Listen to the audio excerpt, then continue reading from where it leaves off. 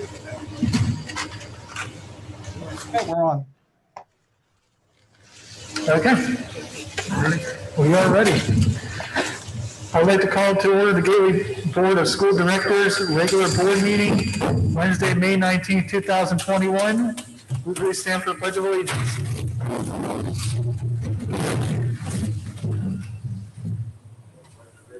To the flag, United States of America, and to the republic for which it stands, one nation, under God, indivisible, with liberty and justice for all.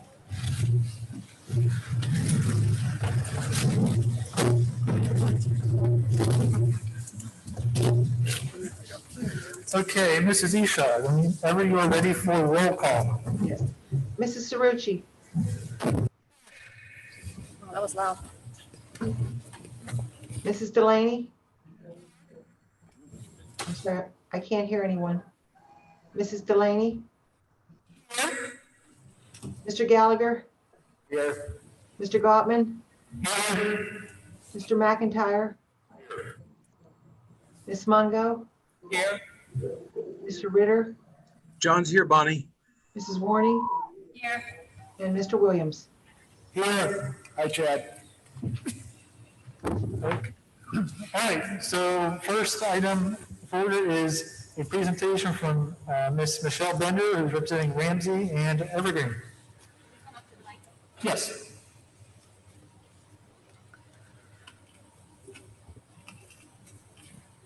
Should I play the video? Give just a quick introduction. I just wanted to say thank you for giving me the time. My name's Michelle Bender. Mic's not on. I'm a teacher. I can talk long. My name is Michelle Bender. I am the school librarian at Ramsey and Evergreen Elementaries. I'm a Monroeville resident. I am a Gateway graduate, and I have been working for the district for 15 years. And every year, I'm impressed with my colleagues, but this year I was blown away by the determination and creativity and ingenuity that they showed this year to provide the best educational opportunity they could for our kids in any situation, at home, remote, in person, hybrid, and with the situations changing day to day. And also to see our students rise to the occasion and meet us there and come together and achieve amazing things. It was a challenging year, but it was also a very inspiring year. So I just appreciate the time that you guys are taking to let us celebrate and honor just a few of the things that I got to see in the two buildings that I got. So thank you so much for the time. You're welcome. Found unique ways to learn and grow, even in the most challenging of times. In coming together, we can overcome anything. This is our year. Hello, today I'll be show and telling my dog, Jax. He is very playful. He is very strong. He tugs and tugs. Go, Jax!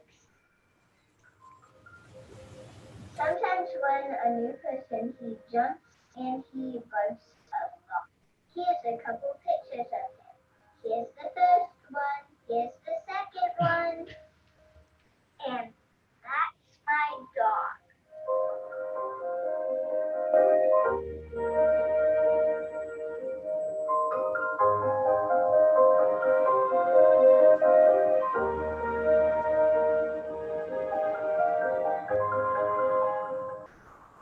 Mrs. D'Agostino's class created landform maps using Crayola Model Magic donated by the Kovacs family as a culminating activity in social studies.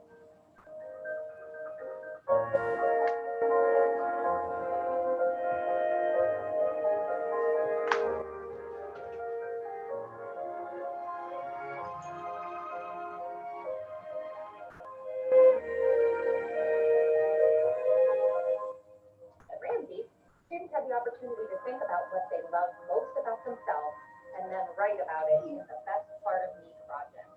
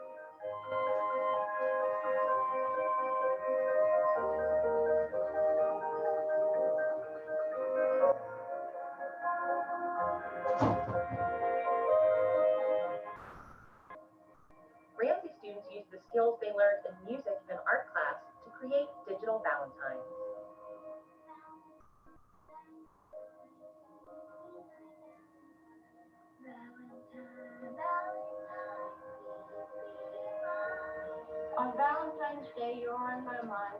You're a special person, one of a kind. You are a pick-me-up of happiness parfait. So I wish you joy on Valentine's Day.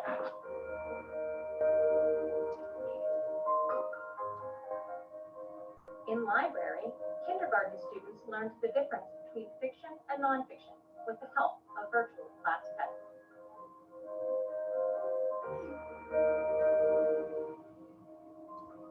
Dr. King's second grade students at Evergreen used different types of media to discuss the problems of the world and how they would like to fix them. Several students entered the Young Writers Contest. Winners' entries will be published in a book.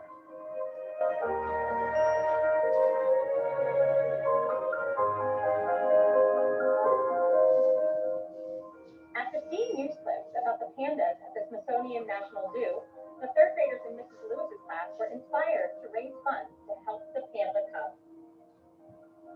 Using reflex math, the third graders were sponsored by friends and family for each new math fact learned. These students learned a total of 426 new math facts and raised $292.15 in a little over 2 weeks.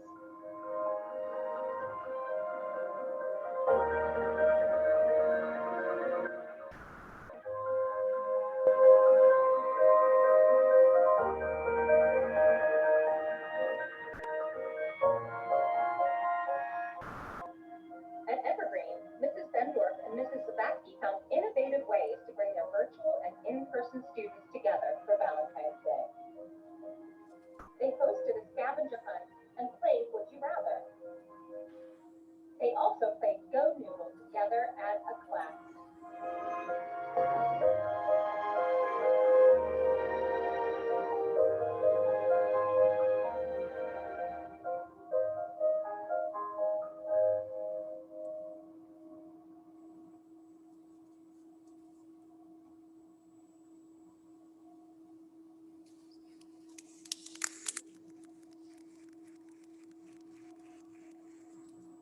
Thank you again, Ms. Bender. I think I can speak for the board and I say that, we love seeing all the work and activities our students are doing. And when we get to see these videos, it's probably the best part of our board meetings. So again, thank you so much for all that and everything you do. All right, so now we're gonna move on to comments from residents on agenda items. And I know we have a list here as well as some people who submitted their request via email. So what I'll do first is I'll go through the email ones, which are 2. Then we'll move ahead to our members in attendance. The first one is from Mr. Gallman, we can't understand you over here. We can't understand you. I can't hear anything. I can't understand him, and Mrs. Warning can't understand him.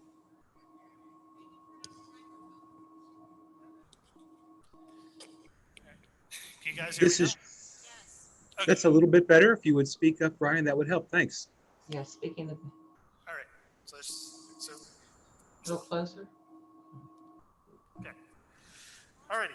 So what we'll be doing is I'm going to start with the email comments, which are 2, and then we'll move on to our members in attendance.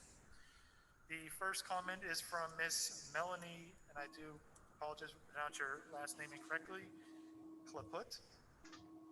She states, we have a great school district and our teachers are a big part of that. The board has the responsibility to meet with the teachers and negotiate a new contract. You are right. Okay, we're gonna hold on to that one for. It's okay. Non-agenda Can't hear items. you. I do apologize.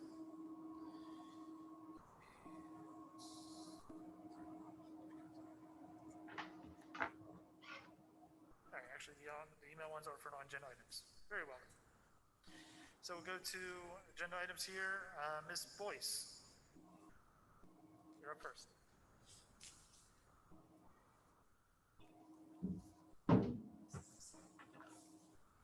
My name is Cheryl Boyce. I'm in Monroeville. First of all, I want to thank another group of people that haven't got enough thank you for this, and that's the parents. Because parents will always be the child's best educational advocate, and they have been through a lot this year, and they've supported the district. They're the ones Aren't able to hear. Mr. Brown, the public can't hear the audio. It was good for a minute, then the feedback cut it out.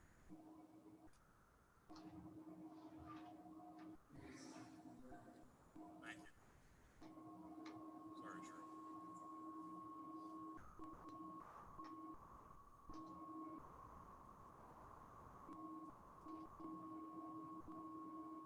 If anybody opera trained, I think they'd be all right without the microphone.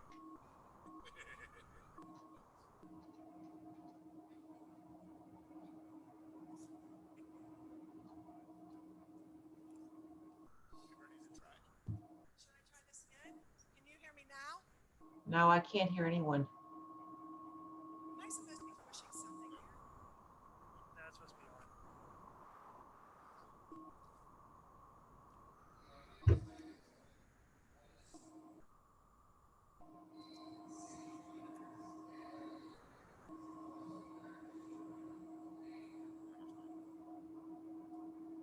Is everyone on mute? Like Brian's on mute?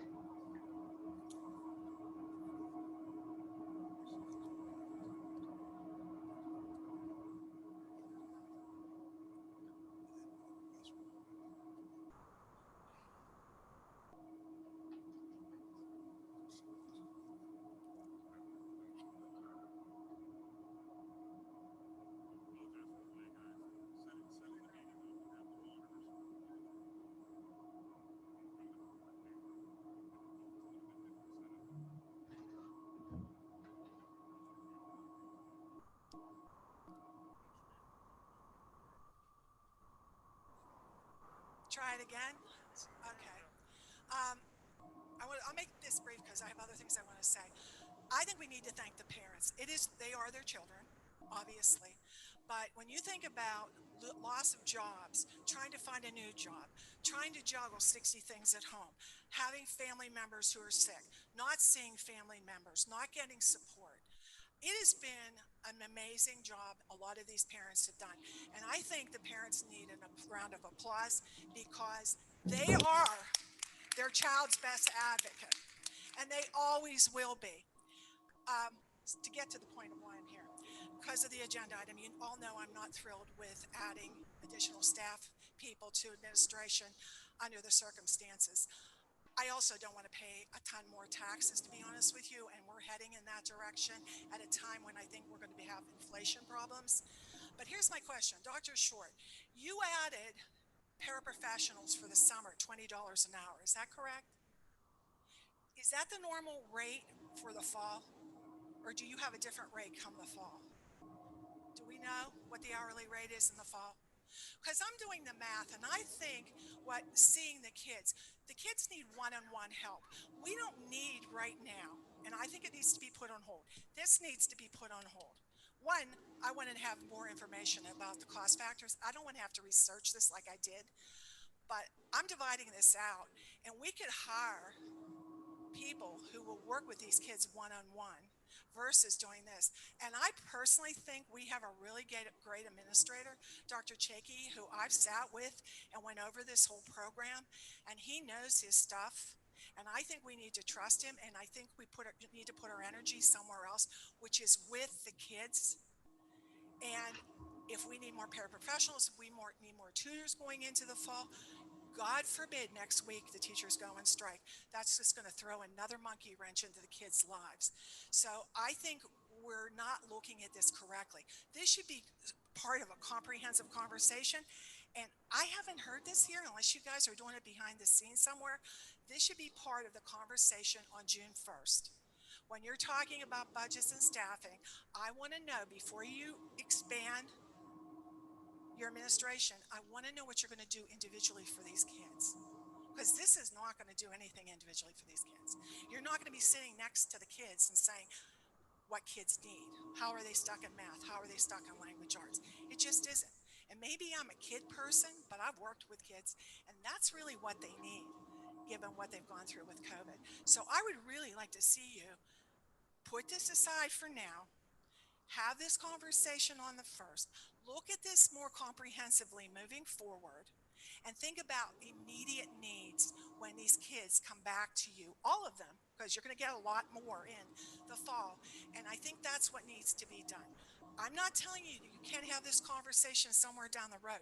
I just think now's not the time, given the needs of these kids. They need one-on-one, and this isn't going to get them that. Thank you.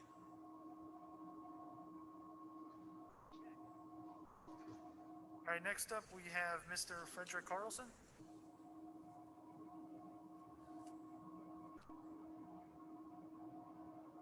My name is Fred Carlson, live on Monticello Drive, 31-year resident of Monroeville, parent of 2005 and 2007 Gateway grads Ellen and Rick Carlson.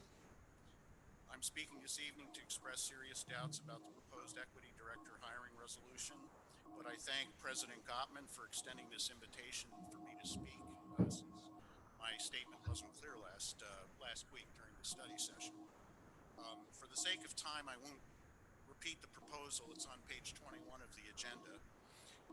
But I strongly disagree with the need for this expensive administrative position, committing possibly $500,000 over the next 4 years for a problem that has not been adequately measured or determined as a need.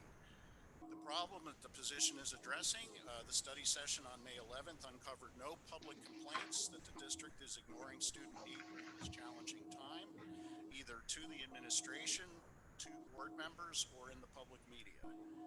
The Gateway directors have had 8 days since the study session last May 11th to consider the measure in a dispassionate way.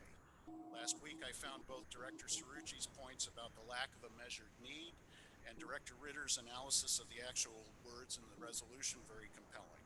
I hope that in the spirit of studying this voting decision, you who might favor it can step back from voting for it at this point. Our district is committed to helping students perform to their best ability and stresses achievement in the mission statement. My own family has experience utilizing existing resources such as requesting extra work from teachers and using out-of-school individual volunteer and tutors to help our own family members achieve. The school district already budgets existing expense related to special ed, last chance stay in school programs, and programs encouraging teacher willingness to do extra help with students who need extra tutoring. And there are networks of volunteer tutoring. All these at-hand solutions seem to be the way the district can address students whose achievement is lagging. Although the dollars and cents impact on the district budget is easily measurable, the perceived improvements in performance across large numbers of students are not measurable, and thus the performance of such an equity director is not measurable. Finally, the resolution is deeply flawed in its timing, coming before the annual budget and staffing review next month. And the fact that any deficiencies in Gateway's current programs are not identified should discourage the school board from voting for this.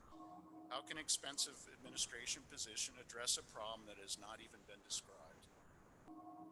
And I heard at the study session 8 days ago that post-COVID data will not be available for 2 or 3 years about how it has affected Gateway students, so this is something that is way in the future. We know that according to a study from Harvard, deficiency gaps across all segments of 2019 to 2020 seniors compared with 2021 seniors raises enough alarms that will require an all-hands-on-deck approach to getting back to basics and raising achievement for all students. This research is only pointing to seniors, remember, and not toward problems with retained learning among younger students. To underscore my argument against this resolution, I think the board would find it interesting to know that in my career as a professional illustrator of over 40 years, I've been the president of the largest national artists union, the Graphic Artists Guild. I care deeply about the relationship between individuals and communities that they live in. This is the classic understanding of the uniqueness of the individual and the relationships of people within their various environments. In my 15 years of teaching senior illustrators at Carnegie Mellon, I mentored dozens of young talents, black, white, male, female, it didn't matter. If they wanted the mentorship, they got it, and it was gladly offered. Words like equity sound sweet and lovely, but I believe the impetus of such forced programs in the business world and now emerging from the towers of education theory and eventually in public schools will eventually create a new segregation. Does anybody find the word segregation appealing? Of course not. Does equity sound appealing? Of course. But in the course of time, as it is now, I see the political divisiveness of equity in the contemporary dialogue, unfortunately, will lead to conditions of division that we will all regret. My last anecdote may appeal to Director Warning, whose son was a thrower on the Gateway track team with my son, who was distance runner. And in the mid-2000s, when they both made multiple trips to WPIAL finals, and they were captains. I still help Coach LaBeouf with scoring at the track meets, and I invite everybody on the board and in this room to come and see these young people working together, racing and exhorting one another in a true spirit of companionship and shared goals. Excellence and achievement emerge from this teamwork and leads to victories. But the realization that the fourth fastest relay runner on a team is as important as the fastest runner is understood by all these runners. And they move on to the next challenge. And nobody cares about skin color or how their first names are spelled. This is the true equity of friendship. We don't need an equity director here. It already exists in the hearts of our young people. And I thank you for listening. Thank you, Mr. Carlson. All right, up next we have Kelly and Brian Matrazo.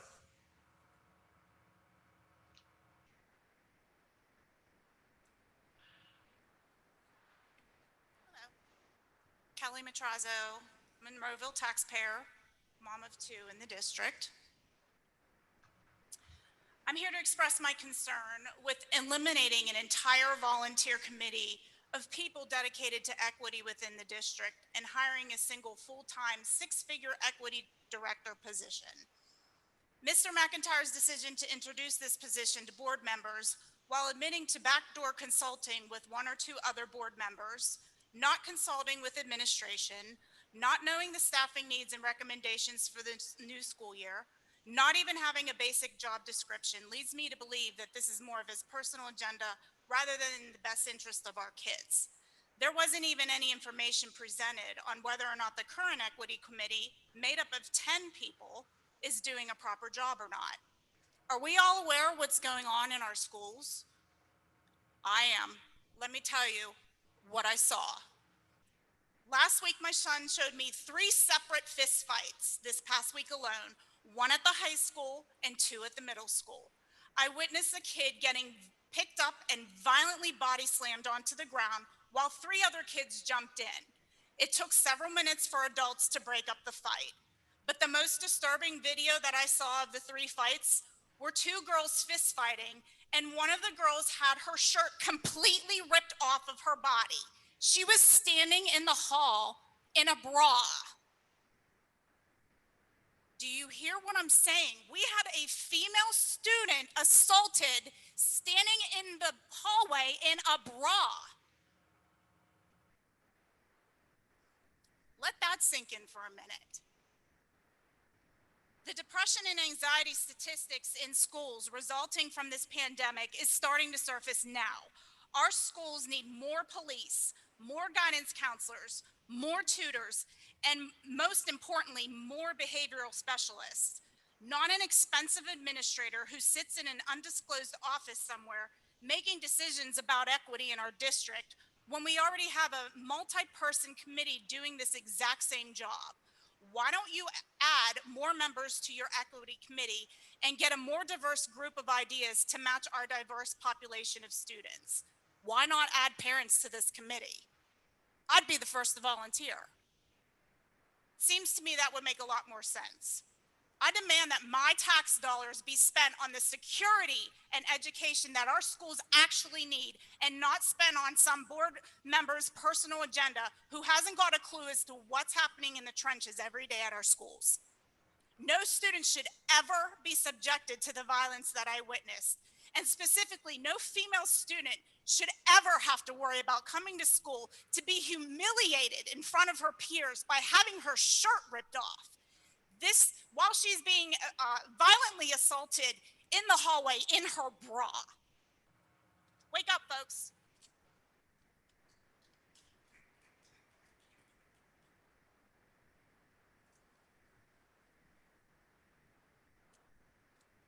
Good evening.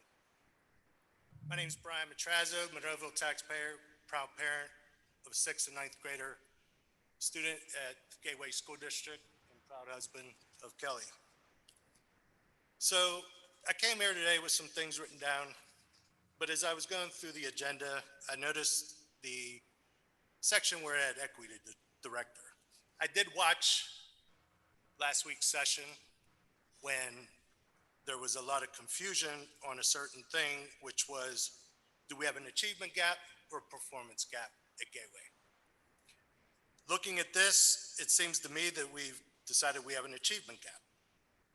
So I guess my question is, where does equity, fall in closing that gap? There was no job description provided. I hope we see one tonight. But we use these buzzwords like equity, and it gets people riled up. And we think that because we put that in a title, that everybody's going to support it. But see, I'm a facts guy, and I like to see things for what they are. So let's talk about the salary. We don't have a hard salary, but in the session, if you watched it, an annual salary of $125,000 was discussed, and that it would be a 4-year contract. So that comes to $500,000 in salary. But let's use a moderate benefit rate. And let's also assume that this position is on PEASers, which we all know the disaster that is. PEASers is increasing the employee contribution rate next year to 34.9% for every employee. That means that this position with benefits, salary, and PEASers over a 4-year period can cost close to $800,000. $800,000. So I don't have an hour to speak here tonight, but in the few minutes that I have, I just want to make some facts that I saw. The United States ranks 38th in the world in math proficiency, 28th in science, and 25th in reading. Math testing scores on average have shown a 25% decrease this year nationwide, and dropout rates have doubled when compared to 2018 when we were at an all-time low. We're being passed continuously by other countries in the world, such as China, South Korea, and Japan. Over the course of this past year, it seems to me that there's been a lot of deflection and excuses being made instead of addressing the real issues at hand. I am so tired of our tax dollars being mismanaged year after year. $800,000 for one position that has no job description, no clear plan, and no statistical data on how this will improve the education for all Gateway students.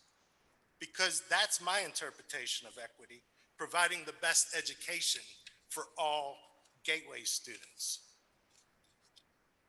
Now, I'm not here to dismiss anyone's struggles in life, because believe me, I've had my fair share growing up as well. But none of you were elected to play the role of solving the world's socioeconomic gap.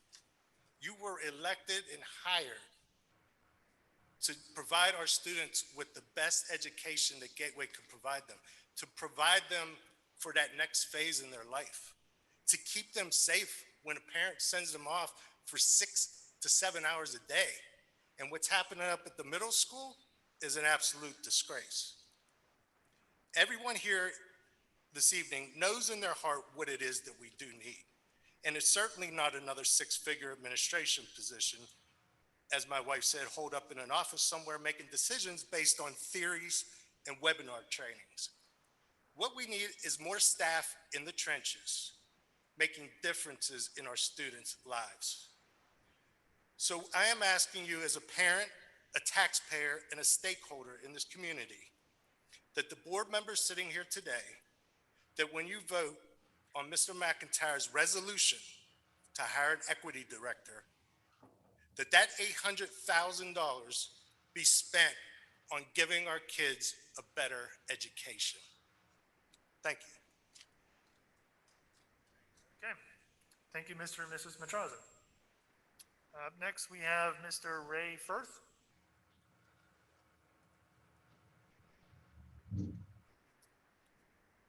Before the pandemic began, Gateway school districts had a double-digit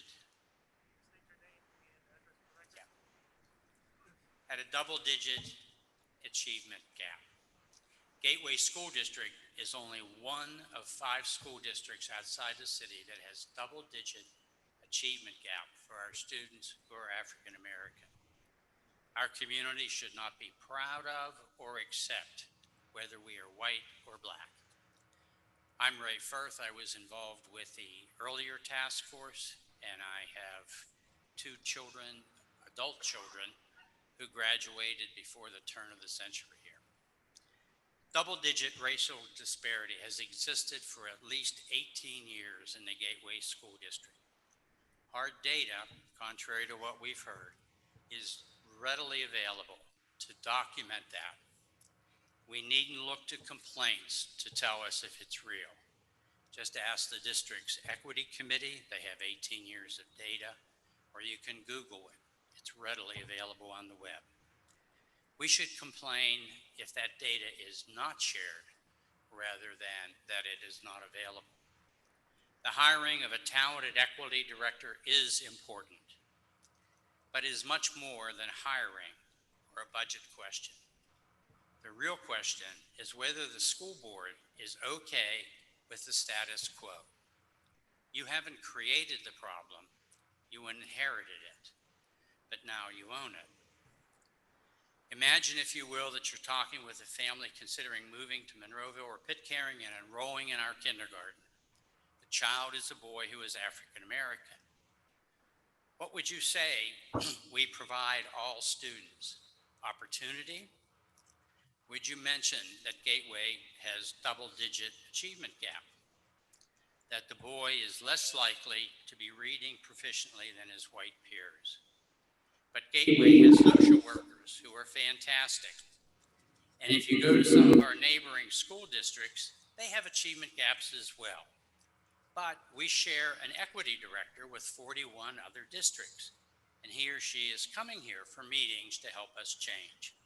And we have numerous committees. At the study session, several folks mentioned that other schools haven't been able to fix the problem. That's not exactly true. There is a significant literature on school district that has closed these gaps. Gateway has made progress.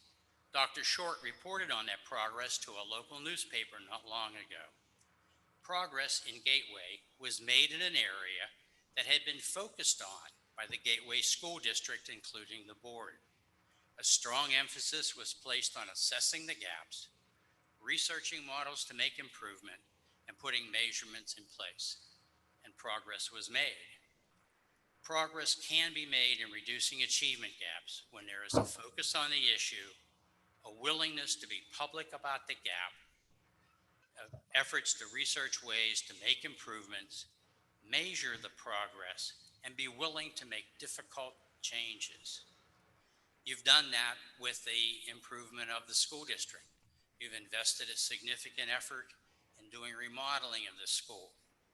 And with that, you hired a project manager, an experienced project manager who knew about HVAC systems, pouring concrete, etc. What is needed is a director who has the authority and the budget to address our double-digit, long-term achievement gap. I would suggest that you then imagine that in a few years that you'd be able to meet that same family and say that the achievement gap has been closed in many, many areas. There are some areas where there are still single-digit challenges, but there are plans in place and efforts have made to make that achievement gap go away as well. As a board and administration, you haven't created the problem. It's not unique to Gateway, but many of us look to you to aggressively attack it now. Thank you. Thank you. Okay, now we have Jeanette Beagle.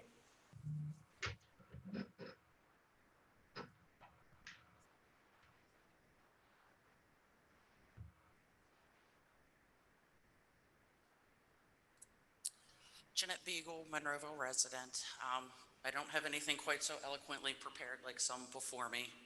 I just want to let you know that as a parent, as a resident, as a stakeholder, that I support 100% hiring an equities director. I don't think we have 3 years to wait to look and see the data to tell us what we can see with our own eyes. Our children are worth more than that. Don't wait.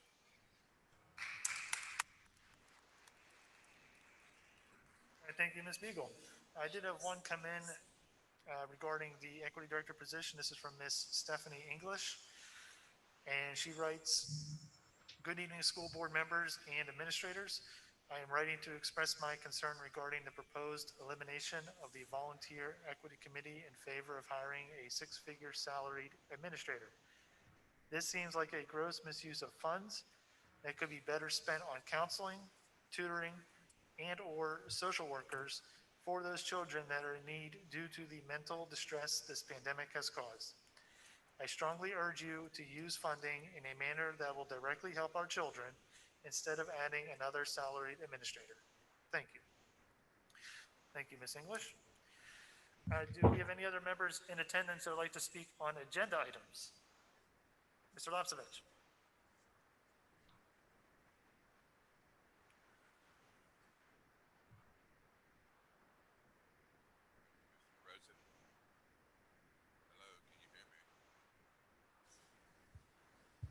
Hello. Okay. Good evening, board members of Monroeville and Pitcairn taxpayers. I wasn't going to speak this evening on the teachers' negotiations or the equity director, but I can't be quiet on it. As a previous board member, I went through negotiations with teachers, and I feel the negotiations could have been settled months ago with being fairness on both sides. The board got a point now, which they have a good point, what the teachers are making, but also we can't live in the past. Let's work now in the future, being fair and sincere with the teachers and the taxpayers in Monroeville and Pitcairn. Their point is that I hear that they can find millions of dollars for turfing the fields, lighting for the fields, and whatever, and then giving salary increases to our top brass, but they cannot be fair with the teachers of Monroeville, which they have a point. Also, with the equity director, I was on board 6 years ago when we hired a Mr. Woods. He was a part-time equity director being paid $40,000 a year to overlook the gap. My opinion, it was a waste of time. He didn't do his job, but we had to do it to please the public and ease the burden of the gap. My personal opinion as a past board member, we have a gap, but not a greater gap for $150,000 a year in hiring a person at $150,000 a year. Taxpayers of Monroeville and Pitcairn. There's a gap, but Mr. Shaky, Dr. Shaky is in charge of the gap, and I think he's doing an outstanding job, and I haven't heard any complaints of him following up on anything he is doing. My opinion on the gap is a personal agenda of a board member that's on board now that has a personal person in mind to be an equity director, and it's not fair.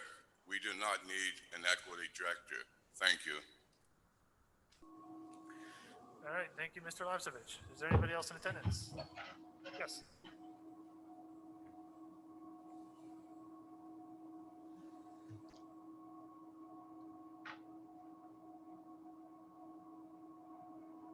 Please state your name and address for the record. Hi, I'm Kim Lorette. I live on Saunders Station. I have two wonderful students in the district, and I am actually signed up to speak later on a non-agenda item, but I just couldn't sit here and listen to any more people say that we don't need someone to come in and try to take care of the opportunity gap in our district. If Dr. Chakey is doing such a wonderful job, why is the opportunity gap still in double digits? And if he is doing such a wonderful job, wouldn't someone whose sole focus is the opportunity gap do a much better job? And is there any reason that we have to eliminate the volunteers in addition to hiring an actual professional? I don't understand why anyone thinks that you can hire a plumber to come into your house and fix your electric. If you want someone to come in and take care of a problem, hire someone who knows what they're doing to take care of the problem. All right, thank you. Yes.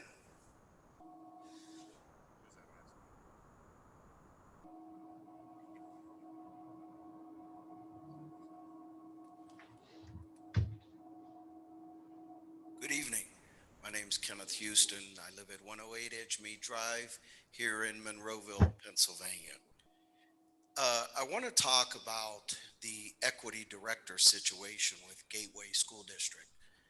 And I think that trying to point the finger and blame a school board director for wanting to bring somebody in to deal with an issue that we all should wrap our arms around, embrace, and take on the challenge. The Gateway School District teachers are fabulous people. They do fabulous work. I had 2 daughters that graduated from this district. I have a 13-year-old son in this district. I think it's absolutely ludicrous that we would believe that you would have to dissolve a committee to bring in a director. You don't have to dissolve the committee. The committee could work with the director, and they could work hand in glove to get the work done around the issues of equity. Equity is being used as a bad word, and I don't understand why. And it's not just typecast to the role of Black people and people of color. Where did that come from? Equity and inclusion is actually a good thing. Most of your Fortune 500s hire equity directors. Most of your companies that want to have high achievement in their company hires equity directors. It is a big, big role. And it's a wonderful opportunity to have a district, to have someone to help you to do what you need to do. So as a Black man with 4 Black sons, I take offense to anyone saying that my social and economic issues is because I'm Black. And oh, by the way, we're sorry that it happened to you, but we should not have to deal with the issue. I want my son to have the same opportunities, the same opportunities to succeed. I don't want my son to use his skin color as an excuse. But in that same vein, I want my son to see people in his educational setting that looks like him. There's nothing wrong with that. There's nothing wrong with equity and inclusion. There's nothing wrong with a district like Gateway bringing somebody in to help you to put together the vehicles that need to be put together to achieve with all of your students, with all of your students. And there's not one of you school board directors that I blame for the achievement gap in Gateway School District. Not a one. I don't blame the superintendent, who I happen to like. I don't blame his assistants. I don't blame anybody. It's just what it is. Let's take it on, let's deal with it, and let's stop typecasting it to an issue totally wrapped around race, because it's bigger than that. It's a bigger issue than that, and we shouldn't be scared of it. Gateway is a fabulous school district. I love living here in Monroeville, but I also understand the issues that we face as a people. And if we face those issues, we can achieve much greater things together as a people. Thank you. Alrighty, thank you. Last call for any comments on agenda items.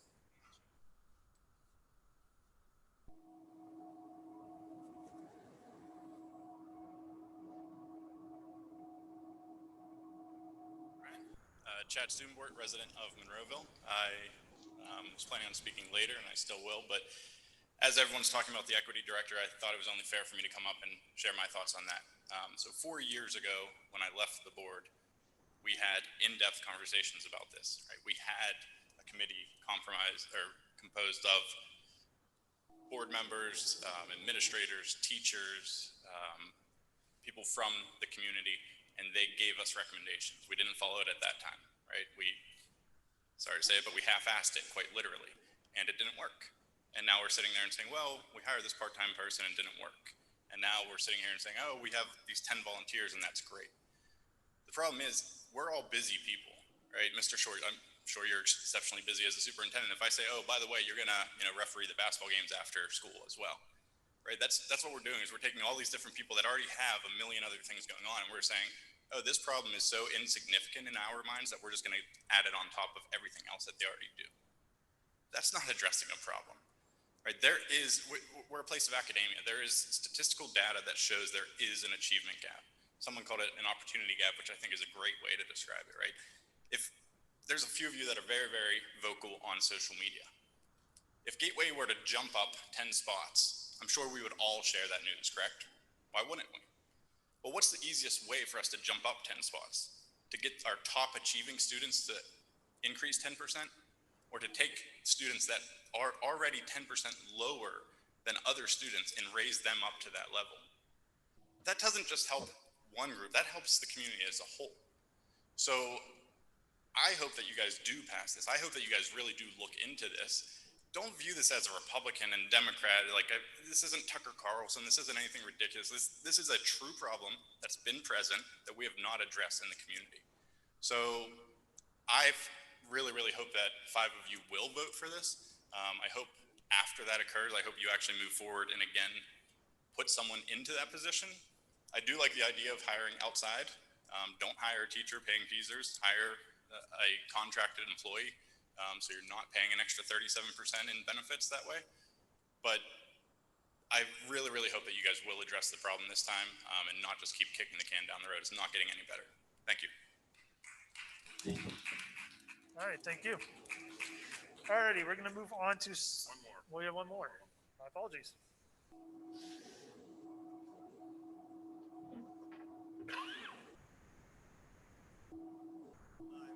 My name's Joe Ritter. The name sounds familiar. I'm the handsome one. I just come in, listen to all the fine, wonderful people here. Great ideas. Been living in Monroeville all my life. I'm a volunteer right now. I actually volunteer with the Gateway track team, and I volunteered sports and different things in Monroeville for years. I just coming in late on this issue. The only thing that I would ask the board is to try to be specific, because like when I coached, I wanted to know, like I studied my athletes. And I said, okay, what's going on? What do they need? Do they need technical work? Do they need physical training, plyometrics, whatever? So that's my only thing, is if we're gonna see, I'm on a fixed income now. I was downsized at the University of Pittsburgh after 25 years with the COVID. So if we're gonna spend this money, and we deserve it, and I agree with the audience, we deserve it, and our kids deserve it, obviously. But let's be specific. What's the policy? Who are the people? What is the rule that is creating this situation? Because people I know in Monroeville are good to each other and help each other and are great citizens and neighbors. I just had my neighbors, 2 little girls out over the weekend, took them over to my mother's, helped her water plants and stuff. And, they were black, I'm white, color doesn't matter to me. We're all this Monroeville residents. So the whole thing about color, that whole dynamic, I mean, I understand it's a dynamic, I get it. But all that aside, we're wonderful Monroeville residents that care about each other. That's what I've seen. That's my experience in this community. Going back to when we won the WPL championships back when I was in high school. Blacks and whites running track together. So just what are the policies? Who are the people? What are the rules? If we're going to hire somebody to come in and attack this issue, then let's get some parameters. That's the only thing I say is, what is holding us back? Then let's not just hire somebody to throw money at the problem, because that's not going to solve it. So anyhow, thank you all for your work and attention. Alrighty, thank you. Okay, now we're gonna move on to section A, minutes of previous meetings. Yes. I think there's a lot of people here that still want to speak on the teacher contract. Would it be appropriate to make a motion to move item 13, comments on non-agenda items, up so they don't have to sit here through the whole process? I would make a motion to do that. Is there a second? Bruce, does that require a motion? Can the president change the agenda order? Yes, you can. Brian can do that just unilaterally. Okay. For the sake of expediency, I think that's your call. Then I believe that would be a good idea. So we will jump the section for non-agenda items up now. So anyone who likes to speak on non-agenda items? I do know we have a few people signed up. And we'll start with Mr. Stubenport.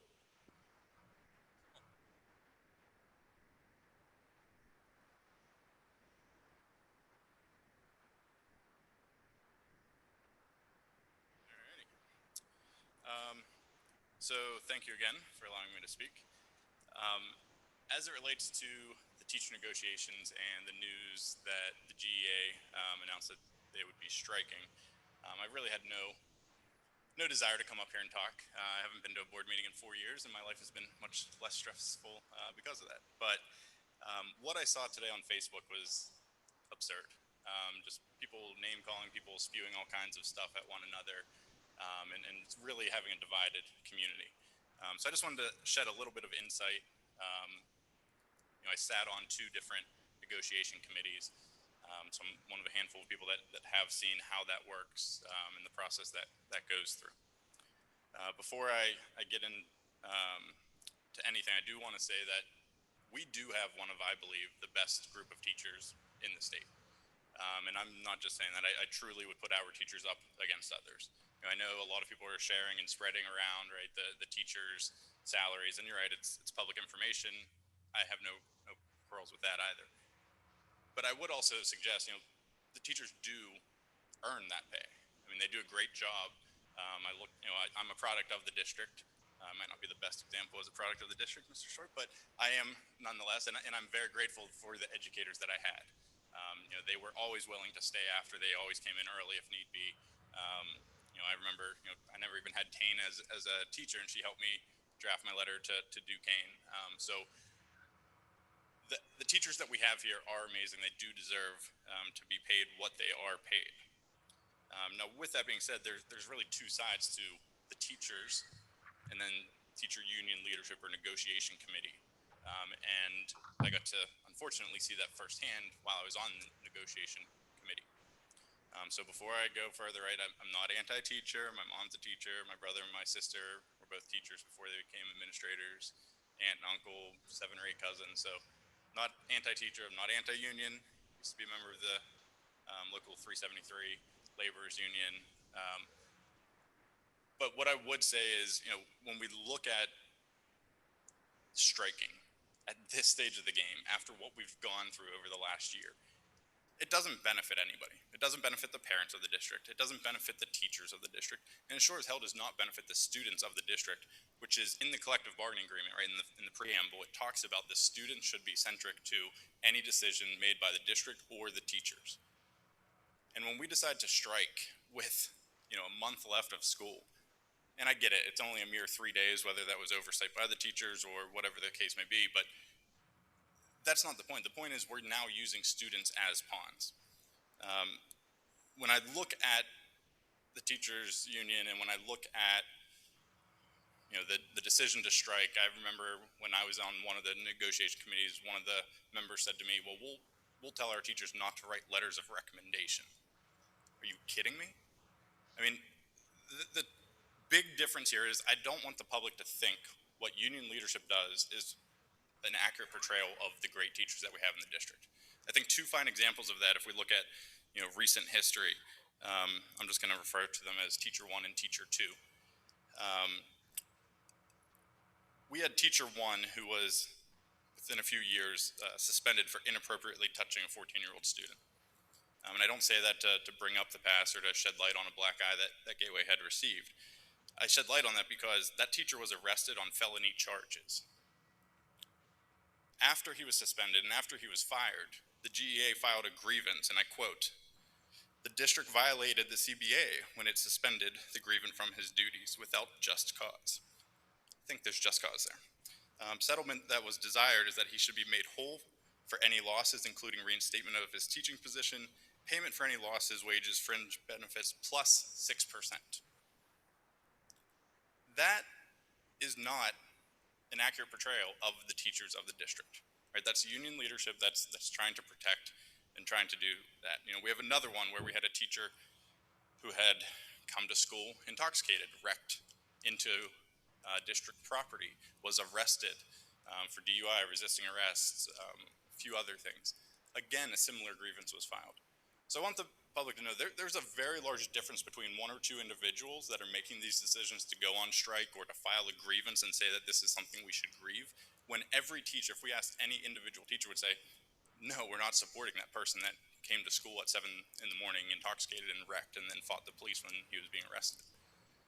So everyone else in this community has gone through hardships this past year, right? We just had one of the citizens talk about, he's now on a fixed income due to jobs being cut. A lot of corporations have froze 401k or 403b matches and benefits. A lot of people have been laid off or facing record unemployment.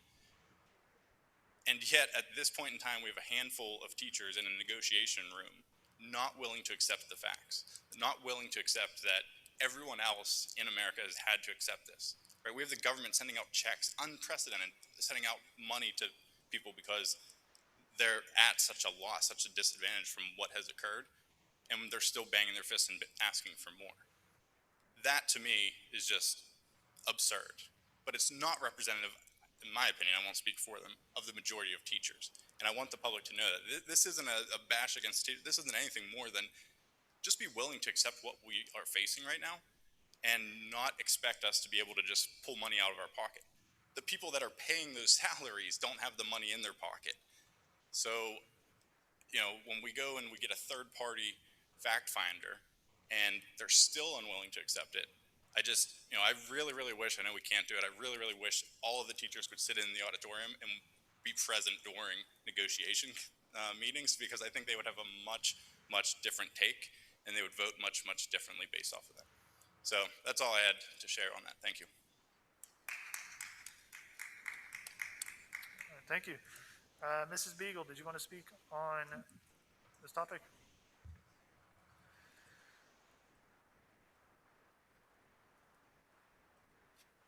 I did, and I'd like to speak about the pending strike.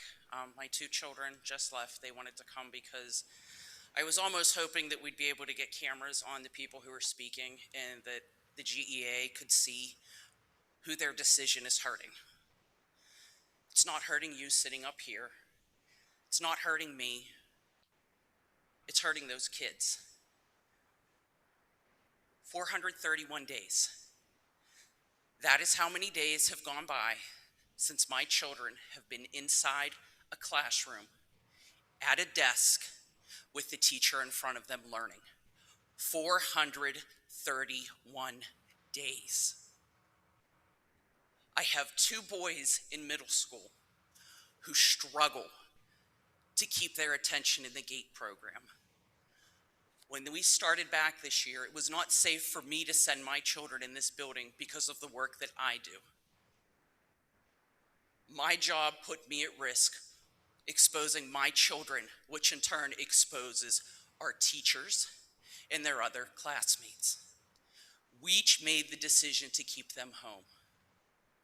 When it became apparent in my household that that decision was not working because I could not work 12, 15, 18-hour shifts, taking care of people in a hospital and being present in my children's lives, I had to quit a job that I loved.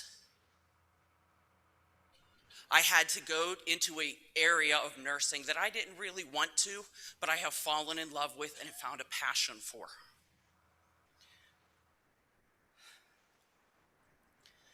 Our children have been forced to adapt and change in these 431 days, more than most people do in a lifetime. My children, I know, are in 5th grade. The loss they have taken this past year and a half is going to affect them till the day they graduate. These years with my children in the grades that they are the foundational years for how they learn, for what they build upon to become the productive members of society that my husband and I want them to be, that I expect the district to educate them to be. Our teachers do a phenomenal job. They truly do. Please do not think that I do not like our teachers. I love them. They have done so much to help in the circumstances. What I do not like is the GEA using my children as pawns in their negotiations. Thank you.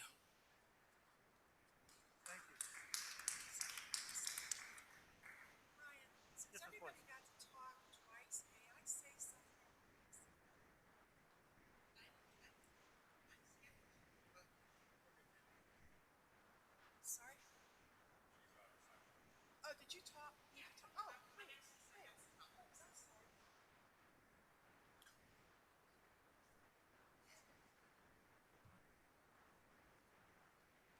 Obviously, I don't actually need a microphone, but you know. So, hi, I'm Kim again, and this one is super random, but my son rides his bike to high school, which is awesome because we live on Saunders Station, right around the corner. He can do that. But apparently, there's nowhere for him to park his bike at the high school, which I did not realize. So, what he does is he actually has to keep it in his 8th period classroom so that it's there for him when he leaves at the end of the day. And when I was in high school, everybody rode their bikes to school. So I had no idea that there's not a bike rack here at Gateway High School. Is that something we can change? Because I don't see him not riding his bike for another 3 years. So that would be cool. Thank you.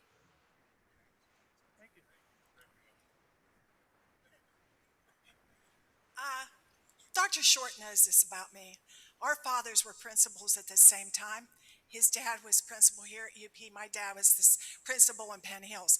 But what a lot of you don't know about me is my father was the PSCA delegate to the NEA conventions multiple years.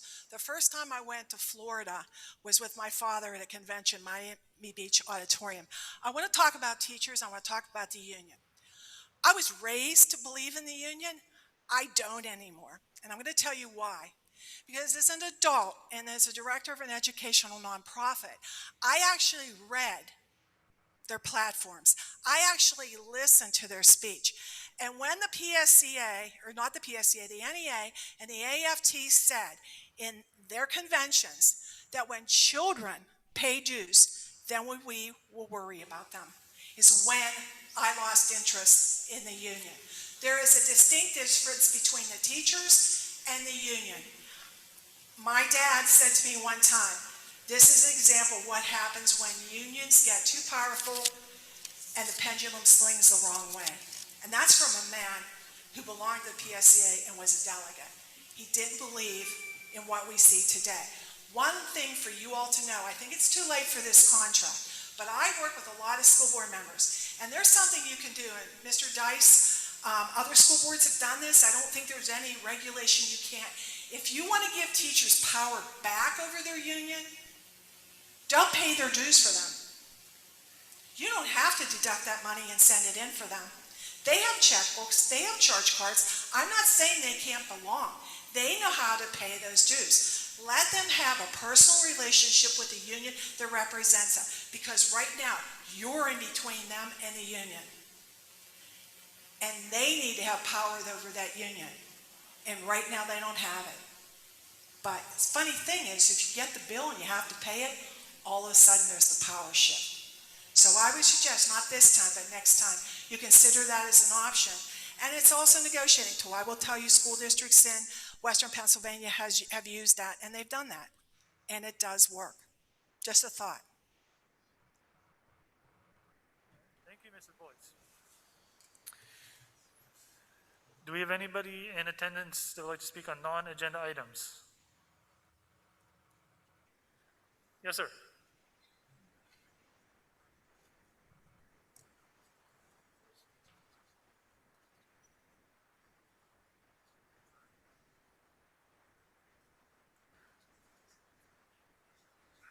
My name's Kurt Harris. I live 2089 Haymaker Road, and I'm also a teacher here at the high school. So I figured this would be a good opportunity to have you take a look at the boxes that are in front of you, for some of you. So thank you for allowing me to take time to present this. While planning projects for my advanced manufacturing technology class, I wanted to come up with something challenging for the class. The goal was to have the students make the same thing, but allow individual creativity. Some of the students use, well, many of the students use the CNC router technology that we have in the shop. And what you're going to see is the results of a lot of hard planning and hard work. I hope you enjoy them, and I know that I'm proud of all the hard work that these students put in. So go ahead, and I'll end up reading the names of the students that made these. I'm afraid. Are you sure it's okay? There's no snake. This was a project that was planned for second marking period, and the big C, COVID hit.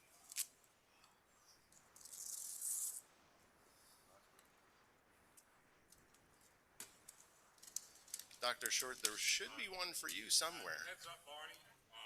You could have a problem with her next. So there's also some, I was hoping maybe we could open up for some of the people who aren't here. It was just the kids did a great job. They were super creative. One of them got finished today.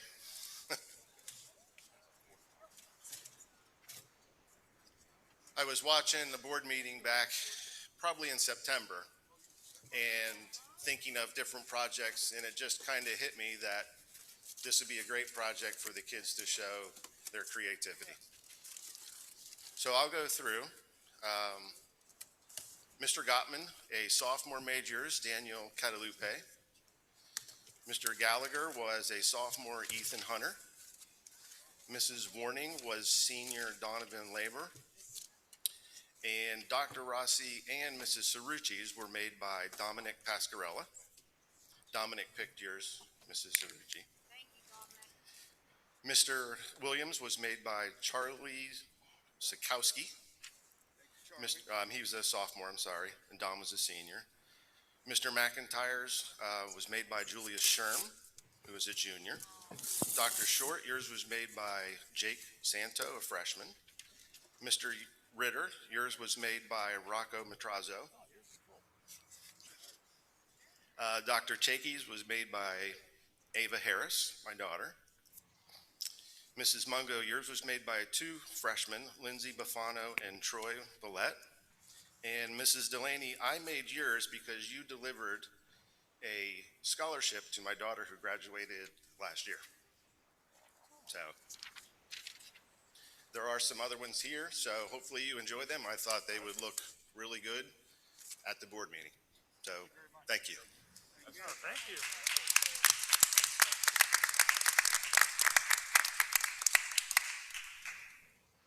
If I could say to all the students that made these, we can't thank you enough. I mean, the craftsmanship is bar none,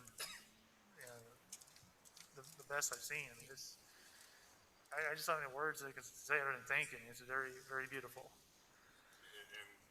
And scope of everything going on right now, this is very well timed. All right, I got two last comments that were sent in online regarding non-agenda items. So I will read these.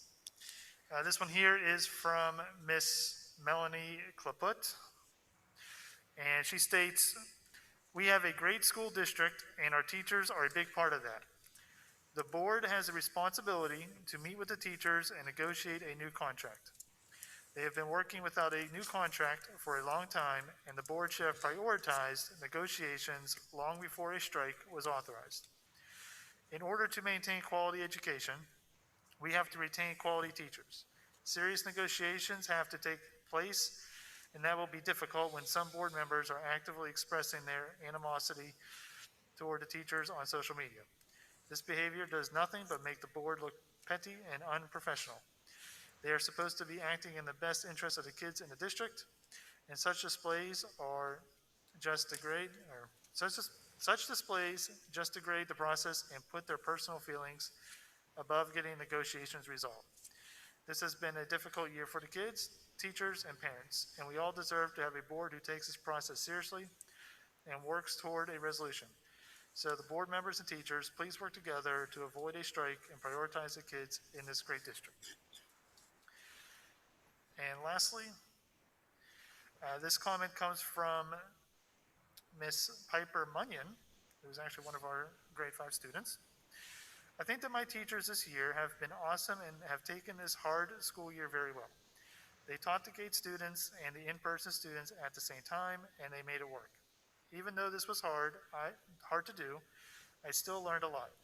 Throughout all my years at Ramsey and Mosside, I have had great teachers. Please get this settled so we can get back to school. Thank you." Alrighty. We'll ask the board, do we want to take a 5-minute break before we get into the meeting?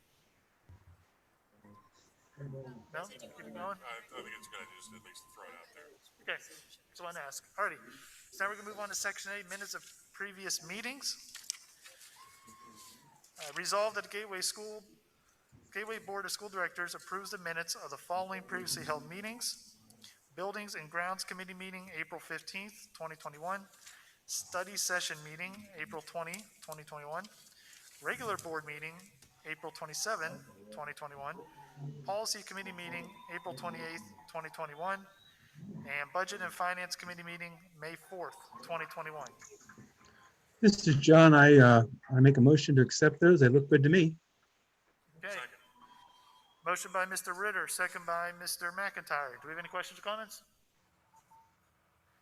Okay, all those in favor, say aye. Aye. Aye. All opposed? Very well. All right, we're going to move on to then section B, financial reports. Mr. Schott.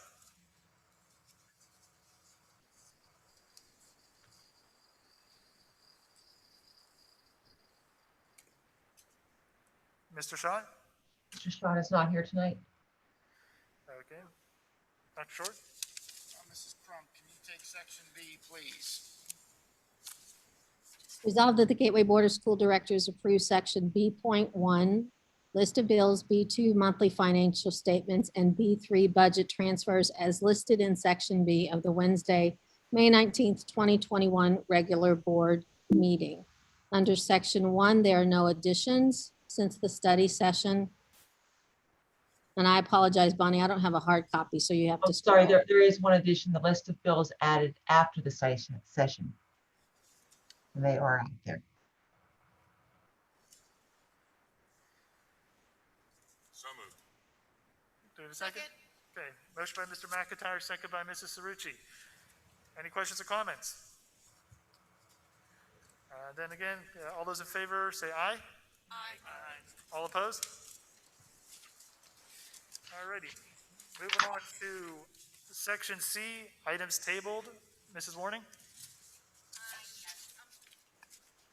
I'm not going to read the motion again, but we have a meeting coming up on Tuesday with the superintendents that hopefully we will be able to resolve this issue, and at our next meeting, I will be able to come back and hopefully untable this. So I would like to keep this tabled at the present time. Tabled? Okay. The item will be- We're gonna move on to section D, personnel items. Mrs. Crum? Thank you, Mr. Gottman. Resolved that the Gateway Board of School Directors accepts and approves the personnel agenda items 1 through 5 as listed in Section D for the regular board meeting of Wednesday, May 19th. Under Section 1 and 2, resignations and leave of absence, there are no changes since the study session. Under Section 3 for transfers, we do have one addition since the study session per the collective bargaining agreement. Section 4 for employment, we do have had an addition for a substitute custodian. We also added the names for our early literacy program coordinator, our extended school year teachers, our extended school year paraprofessionals, and also the teachers and pairs recommended for the Gator Aid program and the virtual credit recovery summer program. Under Section 5, there's acceptance of the fact-finding report between the Gateway School District and Gateway Education Association, PSEA/NEA, to approve and accept the fact-finding report and recommendations of Ms. Miller-Catula, fact finder, as issued in the matter of fact-finding by the Pennsylvania Labor Relations Board, case number Act 88214W. Okay. So moved. Second. Motion by Mrs. Cerrucci, second by Mr. McIntyre. Do you have any questions or comments on section D? Okay, seeing none, Mrs. Isha, whenever you are ready for a roll call. Mrs. Delaney, Aye. Mr. Gallagher, Aye. Mr. Gottman, Aye. Mr. McIntyre, Aye. Ms. Mungo, Aye. Mr. Ritter, John says aye. Mrs. Warning, Aye. Mr. Williams, Aye. and Mrs. Cerrucci. Aye. Motion carries. Thank you very much. All right, we'll move on to section E, conferences and conventions. Dr. Chakey? Thank you, Mr. Gottman. We do have one conference and convention for tonight. Patrick McCann to attend the AP Summer Institute Art History online, Eastern Kentucky University. All right, do we have a motion? Second. Motion by Mrs. Cerrucci, second by Mr. Gallagher. Do you have any questions or comments on section E? Seeing none, roll call. One more, please. Mr. Gallagher, Aye. Mr. Gottman, Aye. Mr. McIntyre, Aye. Ms. Mungo, Aye.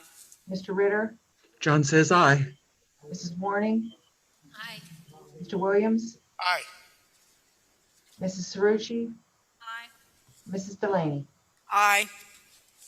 Motion carries. Okay, we're going to move on to section F, the administrative report. Dr. Short. Thank you, Mr. Gottman. Administrative report, section F, elementary education, Dr. Rossi. Item number 1, approve the purchase of My Perspectives and to execute all associated agreements.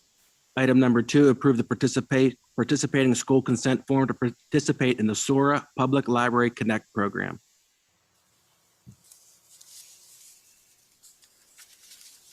Secondary education, Dr. Chakey. Item number 3, appointment of school board secretary. Item number 4, approval of appointment of school board treasurer for the 21-22 fiscal year. Item number 5, waterfront learning credit recovery program. Item number 6, facility agreement, Western Pennsylvania Regional Combine. Item number 7, appointment of school dentist for the 21-22 fiscal year. Item number 8, approval of depository of district funds for the 21-22 fiscal year. Item number 9, approval of investment of district funds with financial institutions for the 21-22 fiscal year. Item number 10, approval of Forbes Road Career and Technology Center budgets for the 21-22 fiscal year. Item 11, approval of renewals and premium payments for district insurance coverage policies for the 21-22 fiscal year. Item number 12, award of milk and dairy vendor product bid cafeteria fund for the 21-22 fiscal year. Item number 13, award of bread and bakery vendor product bid cafeteria fund for the 21-22 fiscal year. Item number 14, approval of purchases and payments for various department items during the 2021 fiscal year. Item number 15, authorization for the superintendent to approve select change orders associated with the Gateway Middle School renovation project construction fund for the 21, 22, and 22 and 23 fiscal years. Item number 16, approval to advertise for bids, paving of the new library field band practice area construction fund for the 21, 22, and 22, 23 fiscal years. Item 17, approval of agreement for the purchase and installation of new LED retrofit lights for the high school stadium instructional field and the new LED lights and poles for the Gateway High School Sports Complex, baseball and softball fields. Item number 18, approval of extension of agreement for professional services during the 21-22 fiscal year. Item 19, approval of agreement for professional sports architecture services. Item number 20, approval of agreement for the purchase and installation of new artificial turf for the high school stadium instructional field, the Gateway High School Sports Complex baseball and softball fields, and the Gateway Middle School multi-purpose and baseball infield. Item 21, approval of agreement for the rental of modular classrooms. Item 22, approval of purge service agreement with Stericycle Shredded for the 21-22 fiscal year. Item number 23. Oh, that's it. Okay. That's the secret agenda. So moved. That apparently I have. So moved. Okay, we have a motion by Mrs. Cerrucci. Do we have a second? Second. Mrs. Blaney said second. All right, Mrs. Blaney seconds. Do we have questions or comments on section F? I would ask maybe just Dr. Short to speak about the modular classroom description. I think a lot of us that went through school in the 80s and 90s saw what was called a modular classroom then, and it was less than ideal, I think, is putting a rosy tint on it. Can you maybe describe what we're looking at now and how different it is? Sure. Modular classrooms have changed since the 80s or 90s when Mr. McIntyre went to school. I won't get specific with the year. However, the traditional modular classroom was pretty much a trailer that was used, that was not air conditioned, that was really stuck behind a building that was used for excess population. In conferencing with our middle school administrative staff, that would be grades 5, 6, and 7, and 8, we felt that in order to provide our students with the locker room areas that are needed, that were in existence at the Old South Junior High School, modular classrooms would be beneficial, and they would be utilized in effect for 2 classrooms in 1. And what we have found when we explore the opportunity to review these is teachers line up and request to use these classrooms because they are essentially state-of-the-art. They are very roomy in terms of square footage. They are air-conditioned. They have windows, doors, and they will be accessed to a wing of the building behind Mosside Middle School near the rear entrance by the playground area. So essentially, these are classrooms that will be, in essence, a part of the building itself. Obviously, it's going to be kind of in the parking lot. Is there going to be a covered walkway, to keep the kids out of the elements? Yes, like that is the plan as well. They'll have equal access to facilities and everything. All right, just wanted to, I wasn't doubting you, just wanted to make that clear. Thank you, Dr. Short. Do we have any other questions or comments on section F? Going once? Going twice? All right then, Mrs. Isha, whenever you're ready for a roll call, please. Mr. Gottman, Aye. Mr. McIntyre, Aye. Ms. Mungo, Aye. Mr. Ritter, Mr. Ritter? Did we lose John? Let's come back. Mr. Ritter? Okay, I'm here. Yes, I had to find my mute button, and that's an aye. Okay, Mrs. Warning? Aye. Mr. Williams? Aye. Mrs. Cerrucci? Mrs. Delaney? Aye. And Mr. Gallagher? Aye. Motion carries. Thank you. All righty, we're gonna move on to section G, resolutions presented by board members. We have two for this evening. So we're gonna do each one separate, starting with number one, the equity director, Mr. McIntyre. I am officially making the motion to approve item number 1 in section G, board member resolution. Whereas the Gateway School District is committed to equity as it is essential in fulfilling the mission statement of the district. And whereas the well-established achievement gap is one of many hurdles on the path to equity. And whereas the current pandemic has had a profound effect on the achievement of all Gateway students, it is our obligation to ensure that the gains made in recent years towards closing the achievement gap are not lost, or worse, that the gap widens as a result of the pandemic. Therefore, let it be resolved on this 19th day of May 2021 that the Gateway Board of School Directors directs the Superintendent's Office to create a full-time equity director position within central administration and hire a qualified candidate for a 4-year contract. Second by Mr. Gallagher. All right, we have a motion by Mr. McIntyre, second by Mr. Gallagher. Do you have any questions or comments on item 1? I have a comment. I would like to table this till after our staffing meeting on June 1st. I'd second that. We have a motion by Mrs. Warning to table, second by Mrs. Cerrucci. Ms. Isha, can we do a roll call, please? Okay, I'm sorry. I didn't hear her say table. Okay, I got that. Okay, to table. Hold on 1 second. Mr. McIntyre? I'm sorry, I didn't hear you. No. Mrs. Mungo? No. Mr. Ritter? John says yes. Mrs. Warning? Mrs. Warning? Yes. Mr. Williams? Aye. Mrs. Cerrucci? Aye. Mrs. Delaney? No. Mr. Gallagher? No. And Mr. Gottman?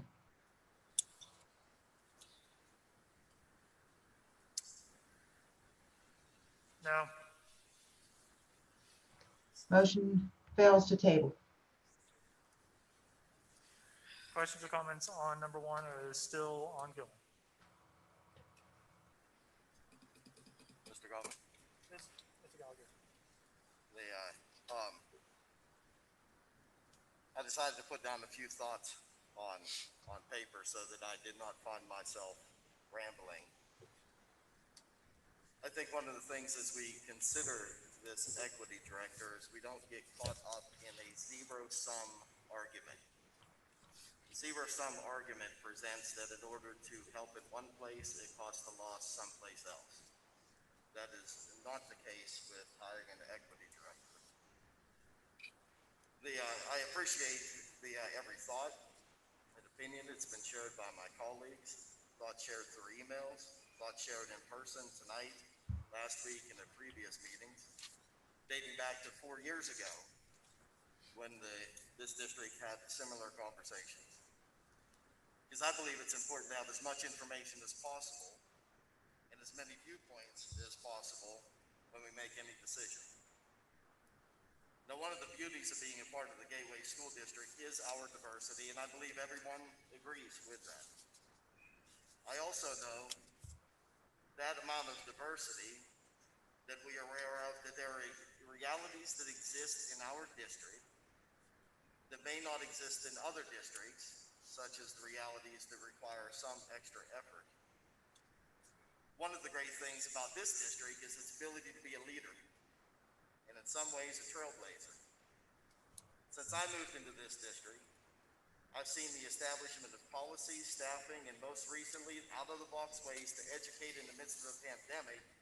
Many of these have been modeled by other districts. We have taken the lead. A few years ago, one of those trailblazing actions was the creation of a group to study the achievement gap, now referred to as the opportunity gap, and the resulting creation of a position within the district. I know that a number of other districts took note of that and began to look within their own realities. We took the step before equity was formalized by the BSBA as a part of their larger conversation. For whatever reason, not to rehash the past, the separate role of equity director was assumed within the job description of Dr. Chakey. Dr. Chakey has done a significant job. And I believe that Dr. Chakey, along with the rest of the administration, will agree that this is a team effort. And our assembled team is working hard and has grown the capacity necessary for the work not only to continue, but to grow. The creation of an equity director does not eliminate that teamwork mentality that will accomplish the elimination of the opportunity gap. I applaud all that's been accomplished. We don't need to see a deficit in order to launch us into the future. Now, with the capacity that we've created, we have the opportunity, again, to take that next step and return to the original place of the position of a full-time equity director. This person can come into an environment of established capacity programs, utilizing the current team of leaders, and increase that partnership with other resources that have newly been created in the area. One of these things that has been formative in my discernment of the past 12 years looking at the opportunity gap, there is data that shows a gap exists. There's also data that shows the gap can be narrowed, hopefully eliminated. One of the less measured items is whether or not an equity director can facilitate that change. Part of the reason for that limited amount of data is there are very few districts willing to have this hard conversation and make the hard decision. As I stated, this district has been a trailblazer. So I support making this next step for the good of all of our students. When any one of our students can achieve to their fullest potential, all of our students and our community share in that success. I believe that every program, every student group, every extracurricular and every co-curricular program that is offered helps our students achieve. Not all those programs are utilized by every student, yet we know that when we create the opportunity to achieve, our students rise to their ability. Some of this can happen through athletics, some through band, chorus, the arts, and some through the work of social workers and counselors, and we've seen the achievement from just tonight, the class projects. This is another way to help ensure that all students have the opportunity to achieve. In closing, I also want to add that when we take this vote, that we keep in mind that a vote against the motion is not necessarily a vote against equity, but the way in which we are going about it. That's all I have, Brian. Thank you, Mr. Gallagher. Mrs. Delaney? Let me first start out by just thanking all of the